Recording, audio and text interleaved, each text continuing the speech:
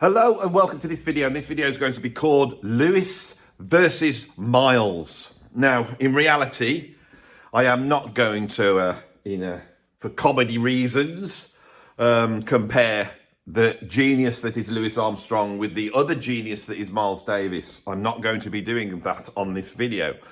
But this is going to be actually quite a serious video, and hopefully, by looking at these two giants of 20th century music, it will give us a better idea of the cultural forces that are at work in Western culture, Western popular culture in the 20th century. Because for me, these are two icons of 20th century music.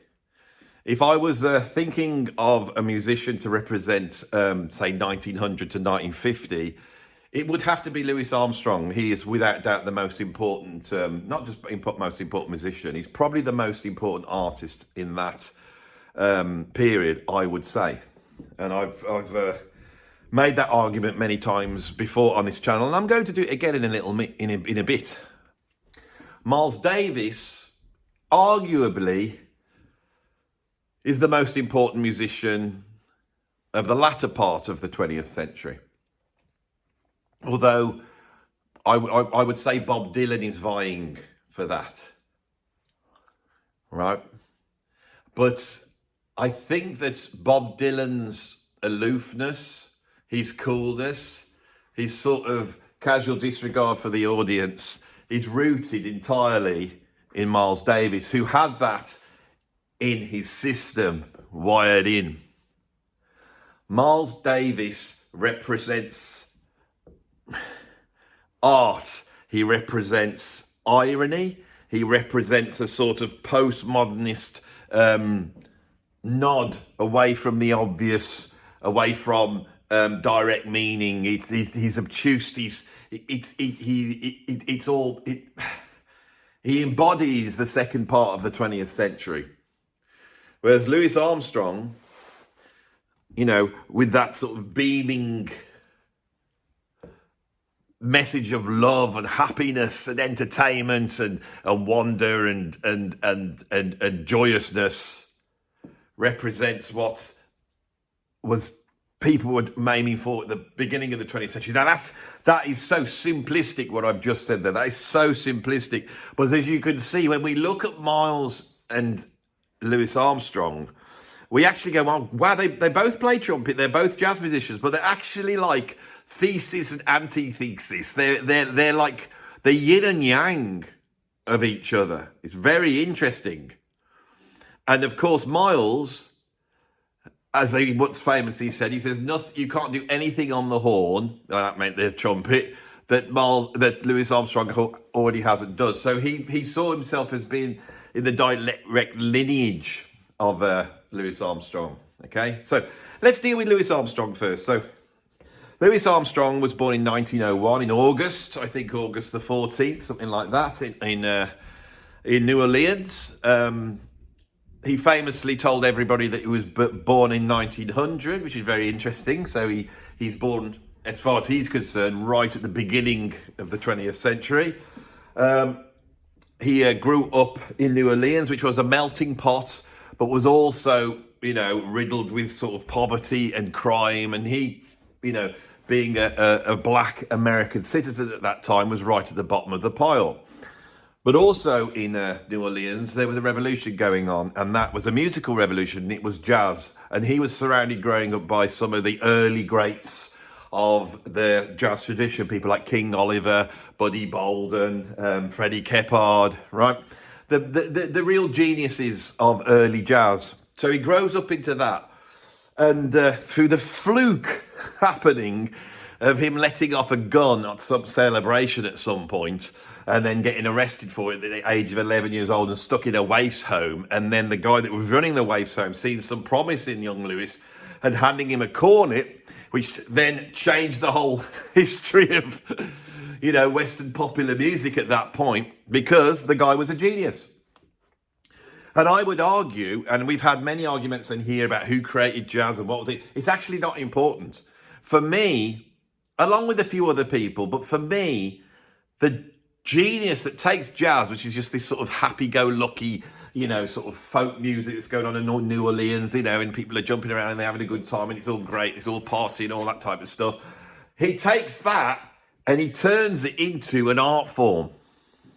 It's very much like what Bob Dylan does with rock and roll and rock music. He takes that, which again is a fun, effervescent, you know, style of music, and he turns it into an art form. Well, the guy that does it in jazz is Louis Armstrong. But the thing is, when he does it, this is the beginning of recorded music. This is the beginning of the music industry establishing itself as being an industry that is going to sell records to make money.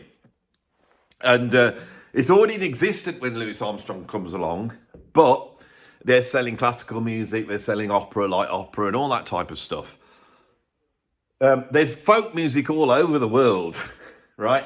And they do record it, but it's just like it's either novelty stuff or it's just sort of a minority interest. Louis Armstrong takes this one form of jazz, which is like a street marching music, and through arrangement and through the genius of his trumpet playing and the genius of his vision and the genius of his voice, singing voice as well, he turns it into an art form. And in turning it into an art form, all the other folk forms change, right? The blues emerges out of this. You know, the blues originates in the 1920s. The first blues recordings are, they are urban blues. They're a band, the rhythm section, they're basically jazz. It's the blues ends of jazz. People like Leroy Carr and Mamie Smith and Bessie Smith and all the other Smiths. They all are based in the rhythm section. The historic 1927 recordings that happen when they record the Carter Family and Jimmy Rogers, where did they happen? Is it Beaumont? But there's these legendary recordings in 1927. One of the things that's legendary about them is that when you start to look at these recordings, you can see the influence of jazz coming in there as well. This is the establishment of recorded music. This is the basic form that popular music is going to be in the 20th century. And the two most important cultural forms in the 20th century is film and pop music, popular music. They're the two, that is what the 20th century is. We can talk about Stockhausen and we can talk about Benjamin Britten and we can talk about Andy Warhol and all. It actually doesn't matter. None of that matters, right? That is all part of the established elite. It's a very small amount of people worrying about that. This is the whole point, is the establishment elite in the 20th century are looking over there very snottily at what they want. And underneath it all, in this sort of entertainment world, in the jazz age, and this is Louis Armstrong personified, is this thing going on and they don't recognize it. That's the new thing. That's what Louis Armstrong is. And what is it? It's about entertainment. It's about joy. Louis Armstrong and his sound, he's got a big sound, and you have to ask yourself, why is he a trumpet player? Right? We are looking at the era of modernity. Okay, when Louis Armstrong was born in 1901, he was basically born in the Edwardian period. And when we think of the Edwardian period, we still have a vision of almost like the Victorian period. You know, people are going around in horse-drawn carriages and they're walking like this with their little sticks and their little hats, you know. And they believe very solidly in European culture. It's championed entirely. And so when they build the Titanic, which is a symbol of industry, of Western ingenuity, of science and technology, and they're so confident in this thing in 1912 when he's 11 shooting off the gun. You see, this is what I want to really get into, draw your attention to these things. So imagine Louis Armstrong shooting off that gun. That's going to change the world. And at the same time, the Titanic sets forth, and what happens? It sinks. Nature, the iceberg, the sort of almost like the subconscious, because the iceberg represents the subconscious, doesn't it? These other things are there. Angst, what is it? This other thing comes and it sinks the bloody Titanic. And then Europe is plunged, and America is plunged into the First World War. And everybody goes into the First World War a Victorian, and they come out of the First World War in the 20th century. And the 20th century emerges in the 1920s, and there is a huge cultural shift at that point. It's called the Jazz Age, and suddenly it's all about cars driving fast and trains ploughing through the landscape and girls in short skirts dancing on top of aeroplanes. It's modernity, right? And this is when you think of the 1920s, you think of a sort of, it's hedonism. Now, I've often said that art, when it's sublime, is the balance of hedonism and perfectionism. And in that, I believe all the great art forms, all the great artists, when they emerged, when you look at art, this is what we discuss on this channel, over and over again, this is fundamentally what we're talking about, is everything starts off in the hedonist area. These things become popular, like jazz and blues and country, because people enjoy them. There's no questioning, there's no intellectuality, but because people enjoy them, they do them, and then they naturally, through enjoyment of doing it, it starts to become sophisticated, and they are able, some geniuses are, to take these hedonistic forms and form them into something that also has a profound message in it. And then people recognize the profound message, and then a new generation usually comes up and turns that into something highly profound, high art, and then the thing atrophies and goes up its own bottom. That is usually the circle of art, right? It comes out as a laugh, it comes out as enjoyment, right? It comes out and it goes out into the world, and then it goes all the way around and goes back up your bottom. Cause you a big stomach ache, and then you go, sod this, and you go and you get rid of it by rejecting it. Okay? Now, Louis Armstrong played the trumpet. And in this wake-up call that happens in the 1920s, which is basically a culture going, we have all this technology, we have all this modernity, we should be using it, enjoying it, and all we have to do is become a part of technology. And this era of the 1920s, 1930s, 1940s is really embodied aesthetically by being a cog in the machine, in the technological machine. There is a film by Charlie Chaplin that comes out there, I think is it City Lights? I'm not so sure which one it is. And there's one point where he actually feeds himself into the cogs of a machine. And when I saw that, I thought that really sums up the aesthetic of this time. It's the aesthetic that Louis Armstrong represents. Now, Louis Armstrong is the product of struggle. We look at that now, not with the lens of modernity. We don't look at jazz with that lens. We look at with the lens of sort of postmodern identity, right? Because our culture that we have been in for a while now, and it is atrophying, is a different one where we don't look at things with joy. We don't celebrate. We have to deconstruct and see where these power relations, see what's wrong with this and what's wrong with that. So when we look at that, we can see quite rightly that Louis Armstrong is the product of this awful struggle that had happened. He's a product of US history, you know, the enslavement of Africans, you know, the creation of Black Americans is a completely different class of people to everyone else in America that withheld all these wonderful liberal rights of, you know, every person's equal and everybody should have a say and they should all have that is withheld from them. And then for them to get their rights, there has to be one of the most bloodiest, vicious wars of all time. And even that doesn't do it. And then there's this great big tussle, right, that's happening, you know, with the Jim Crow laws coming in. And those Jim Crow laws come in 1895 or 1897, around about then. 3 or 4 years before Louis Armstrong's born. So he is a product of that. That's wound in there.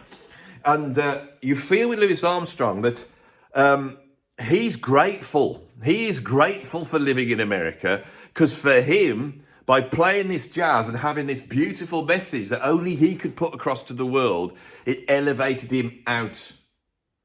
It elevates him out of that. And he celebrates that. If you look at Louis Armstrong at any period in time, if you go and watch a concert, And I've had this because I'm obsessed with Louis Armstrong. I think his genius is unfathomable. I know people are like this about Shakespeare. Some people like it about Bach. I'm like it with Louis Armstrong. The values that I have, the things I hold dear aesthetically, and what I think is really cool, he is the man. That's the man, right? So I've really, really gone into depth about Louis Armstrong. You know, I listen to him quite regularly. When I first heard him, these sort of scratchy 1920s recordings, I didn't really get. And then as I started to understand what he was doing, they suddenly leap out at you. Incredible. And because of this, and because I study this, and I'm so interested in this, every now and then I'll sit down and I'll go, let's watch a Louis Armstrong concert. There's some great ones on at the BBC, actually, that he did in the 1960s. When you watch one of these concerts, it's not like watching a Miles Davis concert or Modern Jazz Quartet or Keith Jarrett concert. These aren't serious things. It's genius, but Louis is there to entertain you, and he runs the gig like an entertainment show. It's a show. He's a showman. There's comedy, there's jokes, there's solo pieces, there's intense, heavy music, there's wondrous, joyful music, and he understands it and controls it. He walks out with his band, and his whole band are like it as well. And he is the ringleader of just pure joy and entertainment. When you put on, you know, a variety show on the television, you know, this... So I got a phone call coming through. I can't answer it. If I answer the phone call, then it shuts the video off. So I just have to sit there. When I don't know who this is, I'll call them back in a minute. And so, where are we? Put myself off now. You see, when you do these videos, and I become very aware of this, because when I first started YouTubing, you come in and you have this idea, and it's like Louis Armstrong. You want to present something that's entertaining, that gets the message across, that ticks all the boxes, it's done properly. You know, you're going to do a talk, and that talk has to be done a certain way. Millions of people could contact me and say, well, not millions, 10, saying they want to do a YouTube channel, but they're not very good at talking on camera. And the reason they're not very good at talking on camera is because I know what they do, because I used to do it. You start talking and you get a word wrong, you go, oh, bums, and stop. And then you start again and you get another word wrong. And then you realise you're not going to be able to do that. So then you'll see them cutting all these mistakes out. I, at some point, decided to roll with the mistakes, to let another aspect come in from outside, the aspect of chaos, to not be in control. Okay? And here I am extolling the virtues of Louis Armstrong, who was completely in control. The reason why he turned jazz into an art form was because he arranged it. He did that cutting process. They would take what was basically a street music form. You know, it's just people walking. These tracks could go for 15 minutes. They're all soloing together. One of his most important innovations was to stop people soloing together and have separate solos. So he would have an introduction now. And the reason why he did this is because he's in the recording studio. I've done another video where I've discussed this at length, and I don't want to get into this so much on this video. But his ability to take jazz and arrange it, then through the arrangement, he was able to do stuff that was equivalent to classical music, but the wow factor was the improvisational aspect, which brings in the personality. And so at the centre of this arrangement, he presents all the musicians in his band, and they're all wonderful, and they all do incredible things, but at the centre of it is Louis Armstrong, who is a trumpet player, and he's heralding this new age. The trumpet is associated with a fanfare or a reveille. Is that the name of it? A reveille, you know, right? And popular music, when you look at it, the great thing that popular music brings in, if you go back to Irving Berlin, you go back to, I wanna hear, and Alexander's ragtime band, that's a fanfare. All the great pop tunes are fanfares. They like punch through in this new form of recorded music of the radio. They punch through. They go, right? And that's what Louis is. He walks out on stage and he goes, and the thing about West End blues, the thing that, you know, all the music critics are astonished about, that little cadenza that opens it up, It is like a modernist 20th century fanfare. And when you examine what Lewis is doing, you suddenly go, oh my God, this is so sophisticated. There's so many things that he has made a fanfare. He's made a fanfare out of the humanity of being this person. He's put a focus on him, right? This joyous figure that's come from nothing, that's come from New Orleans, that's come from this place, a voice that we wouldn't normally listen to. And he comes out and he goes, blah, like this. That's Louis Armstrong.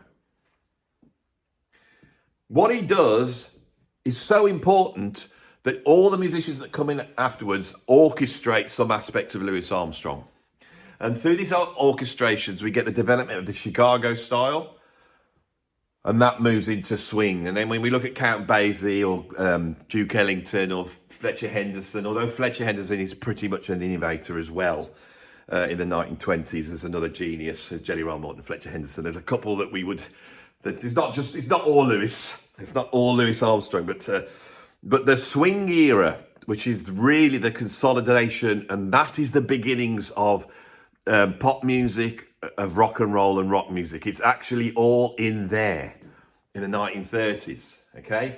The reason why it seems different to the rock and roll of the 1950s is because the big band acts as this sort of industrial machine.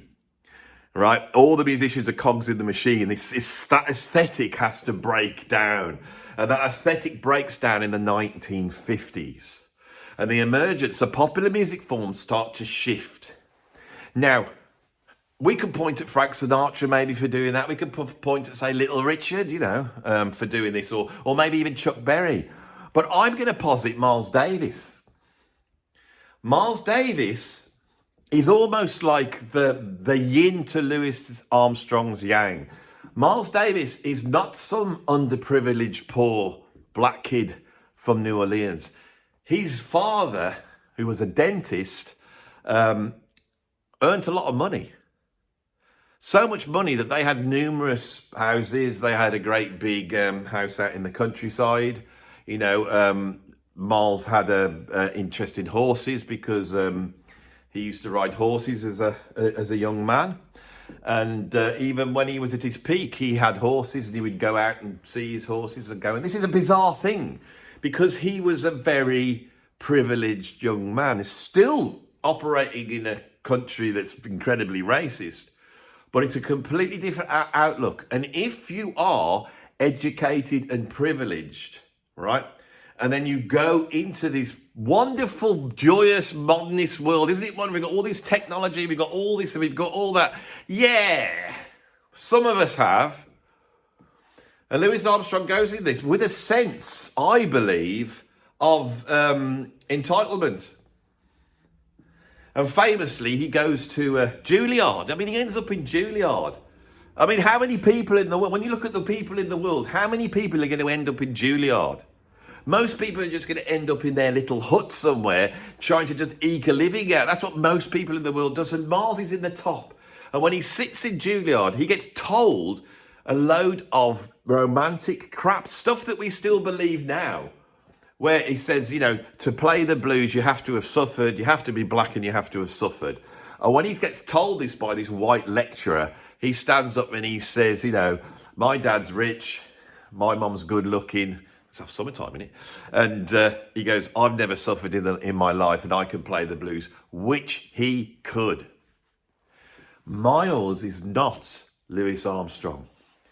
He comes up through that. He's listening to that stuff as a kid. He's born in 1926, the same year that Louis Armstrong records Heebie Jeebies. When he's 2, 3 and 4, the Hot 5s and Hot 7s are coming out. Now, I'm not saying Miles listened to them, but you can see he's growing up into a world which is being shaped musically and culturally by Louis Armstrong. He comes up through the big band era. He hears all these people that are influenced by, people like Harry James, all these people that are influenced by Louis Armstrong. And he is privileged, he's educated, and he gets sent to Juilliard School. And in arriving in New York, he walks into this next generation. What I said about the way that forms start off hedonist And then that hedonism creates this sort of wonderful, sublime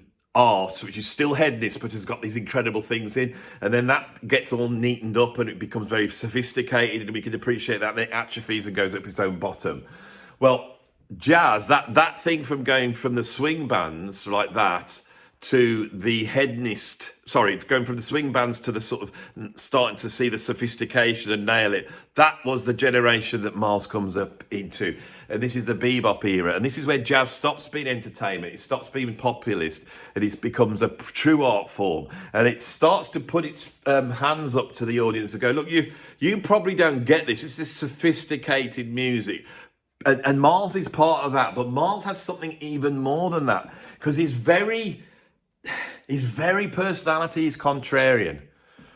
It's not straight and easy to explain like Louis Armstrong, which was so obviously full of love, right? And if we were to look at a photograph of Louis Armstrong, on the whole, he's going to have that big smile and he's going to be beaming out his love and a big embrace around the world. Miles isn't like that. Miles is always two things at once. All right? He's a virtuoso trumpet player. You have to be to play with Charlie Parker. At 19 years old, he was playing with Charlie Parker. Famously, he was sat in a club with Charlie Parker, and someone says, "Oh, Disney's leaving the band. Who are you going to get?" And without even conferring with Miles Davis, he went, "This guy here." Didn't even look at him. Oh, really? Okay. And he steps in at 19 years old and plays with Charlie Parker. That's a virtuoso musician. This is really interesting, this is. What jazz created and what the beboppers created was this idea of virtuosity. And a lot of the great players that emerged after Art Tatum they're in that Charlie Parker school, and you go, wow, Coltrane, Sonny Rollins, wow, Bud Powell and all that sort of stuff. But there's other ones that are contrarian to that. I think Thelonious Monk is one, and Miles is another one. Now, if you go and check out Milestones, I think it opens up with a track called Dr. Jackal. I think it's Dr. Jackal. It's the first track on side one of Milestones. Listen to Miles's trumpet playing. It's absolutely virtuoso. He was a virtuoso musician, but he's a contrarian. So he starts to explore other areas, And I think something that's very telling is, I was watching an interview with, I think it was Herbie Hancock, and they were playing something on a gig. And I won't say exactly what Miles said.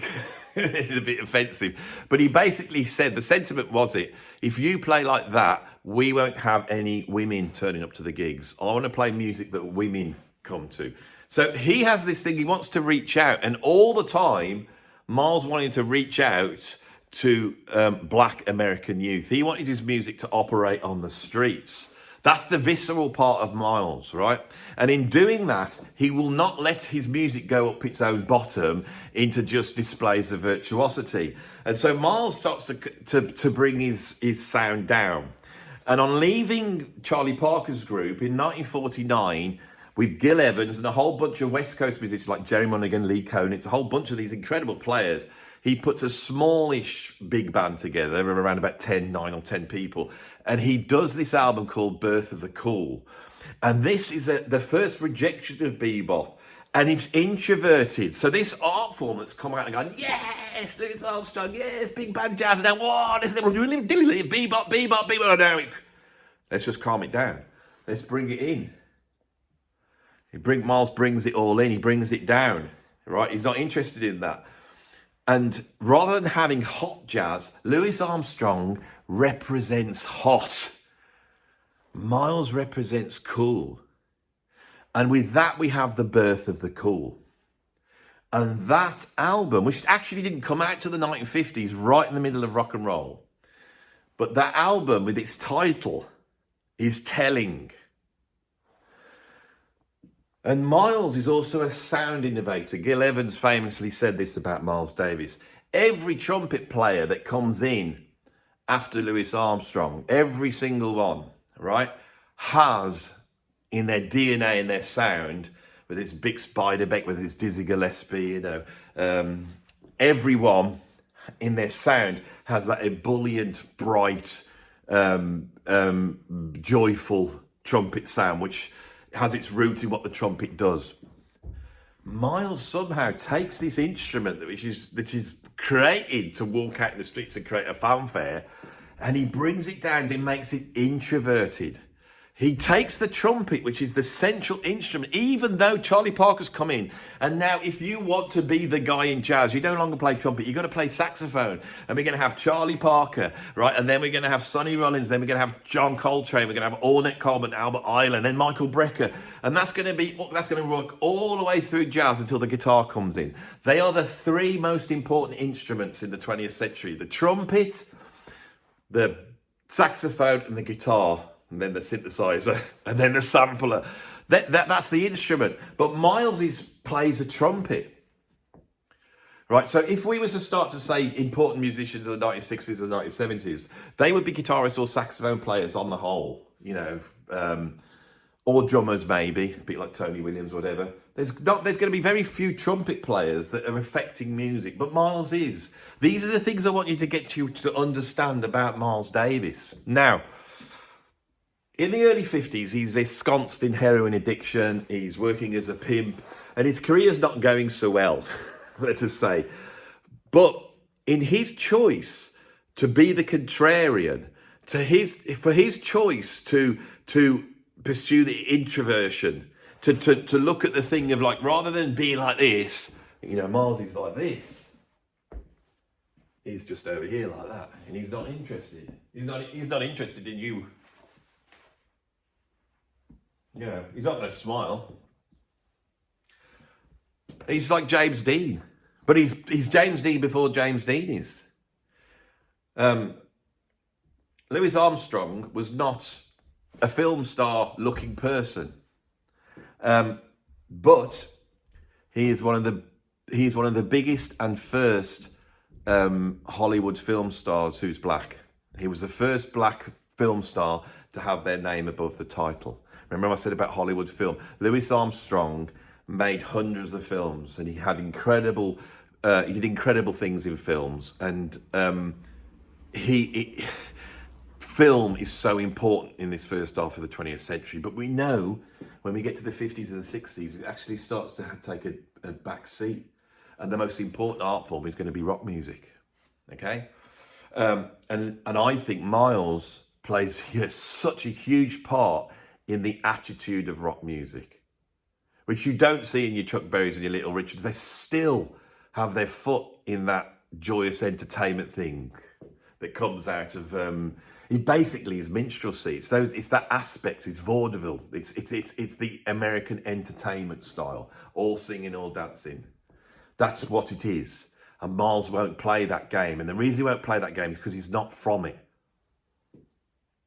And he comes in, and his stance is one of toughness, but also he embodies this sort of street pimp boxing aesthetic, but he's also incredibly feminine at the same time, right?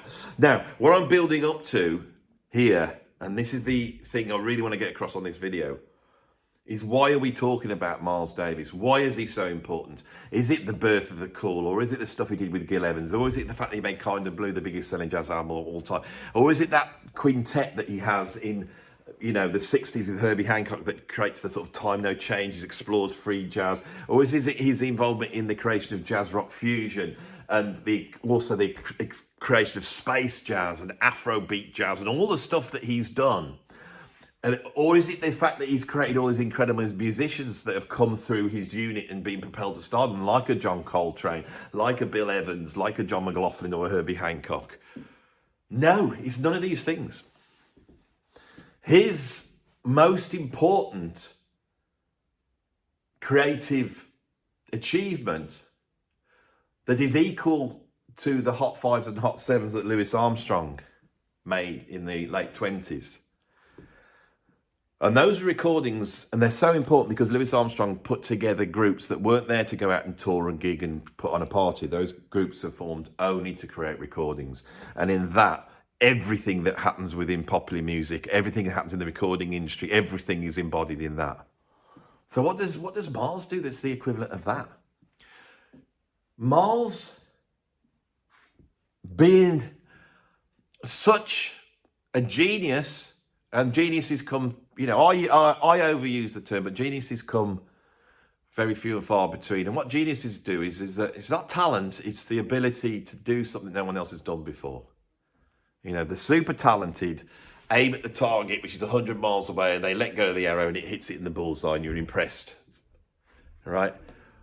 But the genius is aiming at a target that nobody can see and they hit it. It's the blindfold archer. It's that whole Zen thing. Miles, in turning away from that ebullient, joyous, modernist, cog in the machine aesthetic that I've tried to explain here, which is impossible for me to do. This is why we have art. This introversion, this double-edged thing, this positive and negative, this yin and yang thing that's inside Miles, is embodied in his sound. As I said, Gil Evans said he was a sound innovator. So he takes the trumpet and he changes the sound of the trumpet. And this sound, right, what it does for jazz is a little bit like, it's like a nuclear reactor for music.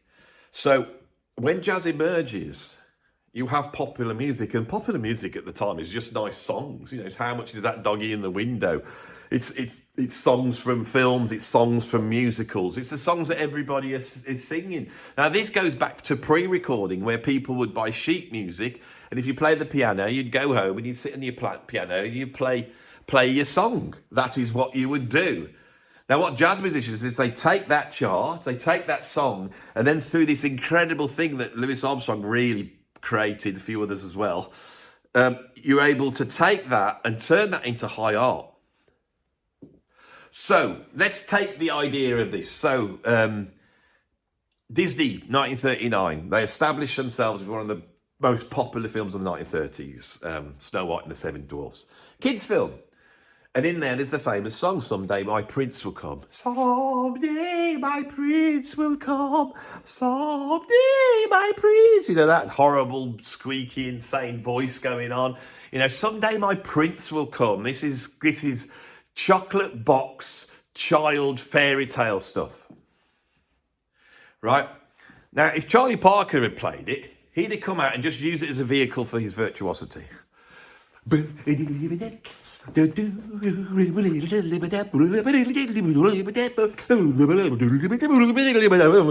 all that, wouldn't it? Whoa, what they do? Right, and the people who have gone, I like that song of Snow White. Oh yes, have you heard Harry Carney's version? Oh, it's very nice, wasn't it? Very nice, very pleasing. I like that song. That was the hook that Lewis had. That's what they're using.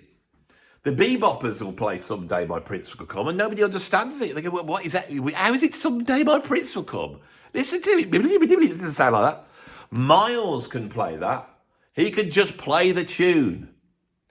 And his sound and his vision and his personality and this double-edged sword, the darkness and the light together, the masculine and the feminine, all that is embodied in his trumpet, turns that tune, Someday My Prince Will Come, into something that embodies the cultural shift that happens through the 1950s to the 1960s. The shifts are going to happen in the 60s. When people hear this, and they love that tune, but suddenly they're hearing that played by Miles Davis, and suddenly it's dark, and it's existential, and it's angst-ridden, and it says something else. It takes that aesthetic of the early 20th century that Louis Armstrong embodies, and it inverts it, right? And that coolness is the only word I can even use to its coolness. Think of what coolness means. It means rather than going, yeah, you go, I don't know. I'm not sure about this. We need to look at this. We need to take it apart. We need to examine it. What is truth? What is beauty? The foundations that we built all this on, they might not be secure. And this is happening in the shadow of the Second World War. That attribute of modernity that's been celebrated, that we've talked about, was used by the Nazis to exterminate the Jews in Auschwitz. Industrial genocide. We stopped the war because we dropped an atomic bomb onto Japan, onto Hiroshima and Nagasaki. And people look at this, they go, hang on, this technology and this, what are we, the good guys? Or are we not the good guys? And how could this happen in a Western democracy like Germany? How could that happen? And and the whole thing becomes questionable, and we start to evaluate things. And what's incredible, the reason why popular music is so important in the second half of the 20th century, because in much the same way as jazz embodies this cog in the machine, joyous, let's just celebrate, the wonderful modern world that we're in. Rock and roll is popular, but it puts the culture that it celebrates under the microscope. Whether it's Bob Dylan thinking times they are changing, or Jim Morrison singing "This Is the End, Beautiful Friend" as he creeps into his parents' bedroom at night to do untold horror to them. But I would say, if you really want to look and go back, and this goes back to the late 40s, if you really want to see the person, that we go back before Bob Dylan, before James Dean and Marlon Brando, right? Before all of those. The guy that aesthetically represents this is Miles Davis. Now, one of the things that's interesting about Miles Davis for me is throughout the 50s, when he's playing his beautiful, angst-ridden versions of popular songs, aesthetically, he's emerging as people are moving from the single, the 78 single jukebox hit to the album. And by the late end of the 1950s, he scores with Kind of Blue.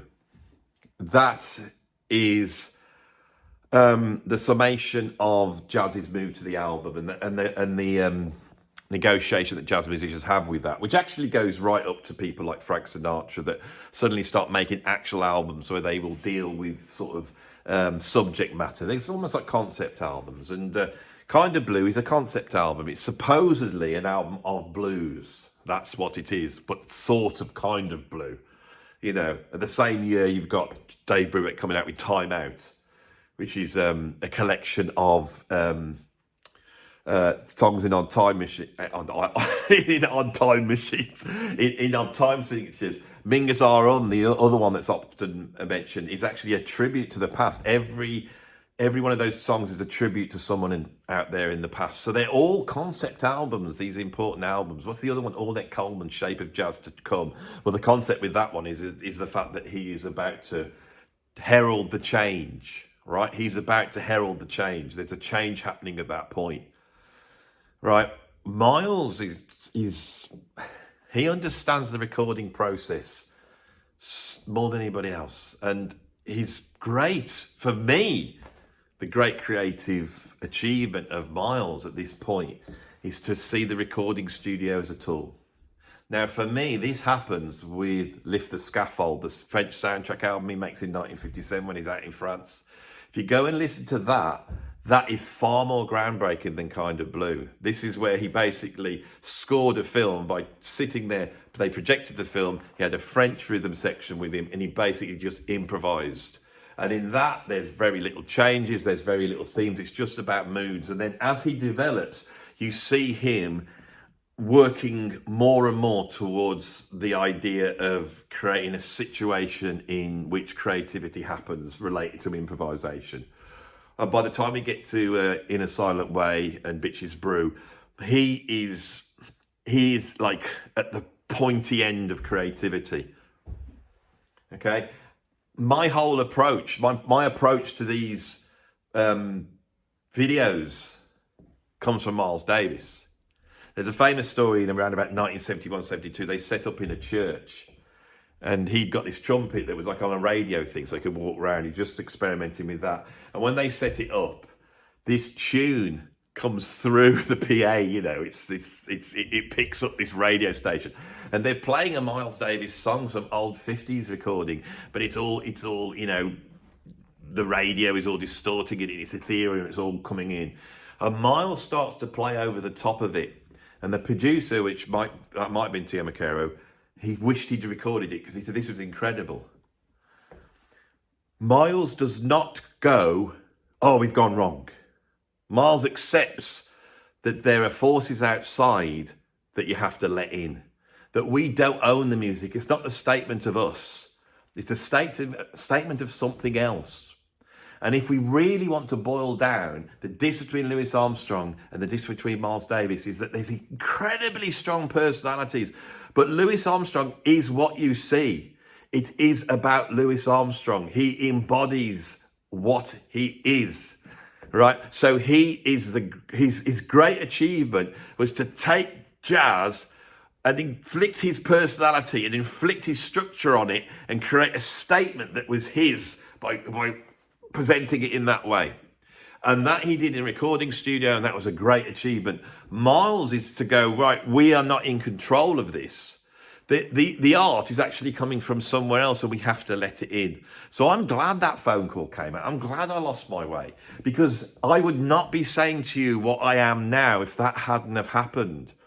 That is what Miles Davis did aesthetically. And so for me, these two figures embody the journey culturally and aesthetically that we have in the 20th century.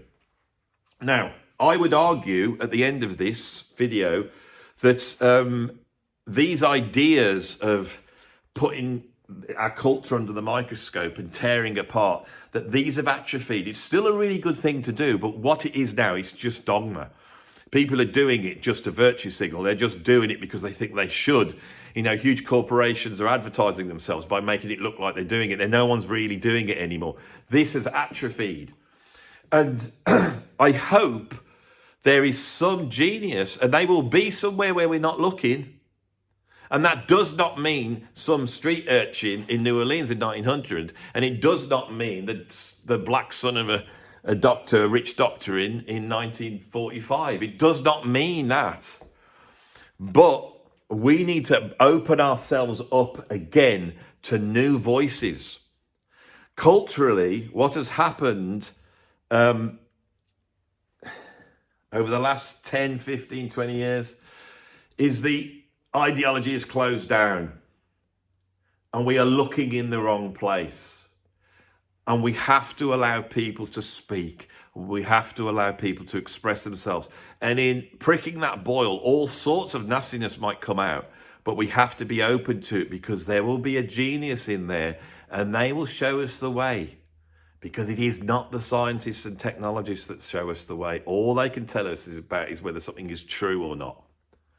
And we're not dealing with truth. We are dealing with somebody going, right, in the mass of truth. If you imagine the forest of truth, you're surrounded by truth. It's truth's everywhere. But you're lost in a sea of truth. And you think that by going, well, that's not true. That's fake truth. That's real truth. We need to follow truth. Where's the truth? But it's not about truth. It's about knowing where you're going. Where are we going? And we need someone to go, I think we should go that way. Why? Well, the air just smells a little bit better. Lord of the Rings reference there for you. At the end of the video, 50 minutes on this, brilliant. Oh, I always set out to do 30 minutes, you see. And I do me talk, and because I talk until I get to that natural point. It's like a jazz musician taking a solo. You're not going to stop till you feel like you've got to the end.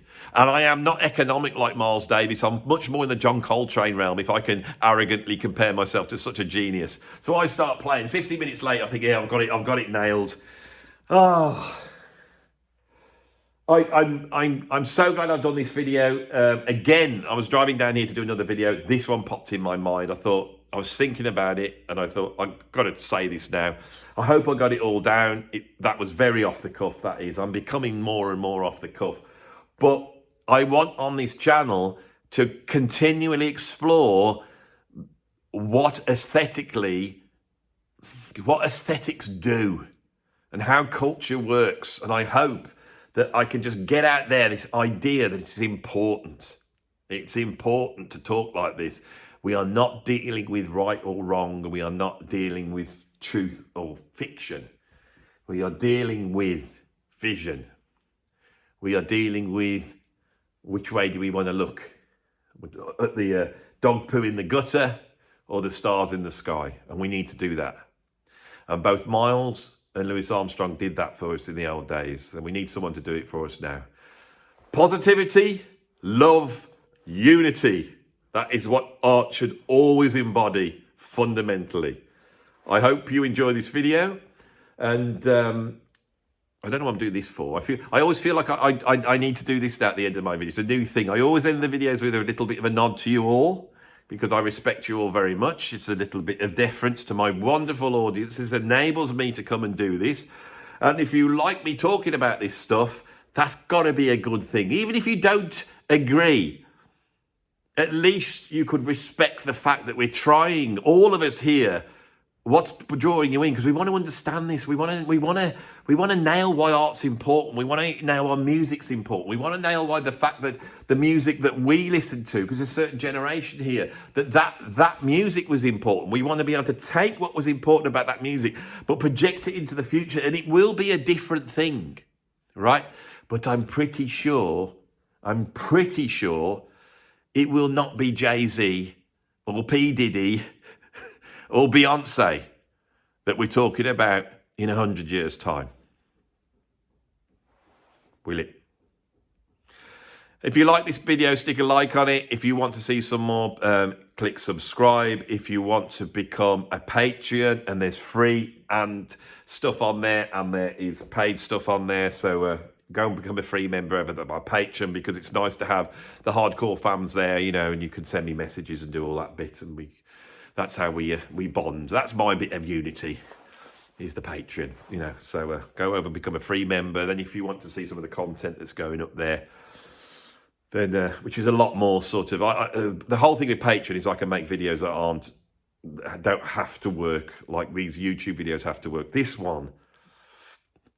is on borderline, should be a Patreon video really, but I think because I've got the Miles versus Louis, I got the thumbnail in my head and I've got the title, and people will click on that because they love a bit of conflict. So I hope I'm able to I'm just rambling now. You've got to, this is the point, you know, at the end of the video when you get to that. So I've got a PayPal tip jar down below if you want to make me a donation. Also, if you want to make a donation, it is Christmas. If you want to make a donation to the Jellyman's Heritage Arts Charity, which have got me here and put me in this lovely room here like this, you know, then there is a link to that as well, and you can support them with a one-off payment or a monthly payment, and you can feel good about yourself because you'll be supporting a community. All you know is that I'm in here, but there's counsellors here, there's educationists, there's people doing art groups, there's all sorts of stuff happening on this site.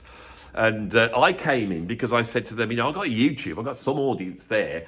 If I start talking about it and people start to see it, it'll give it a bit of a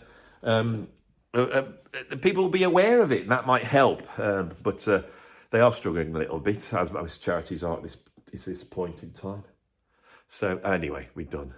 Hope you liked the video. See you on the next one.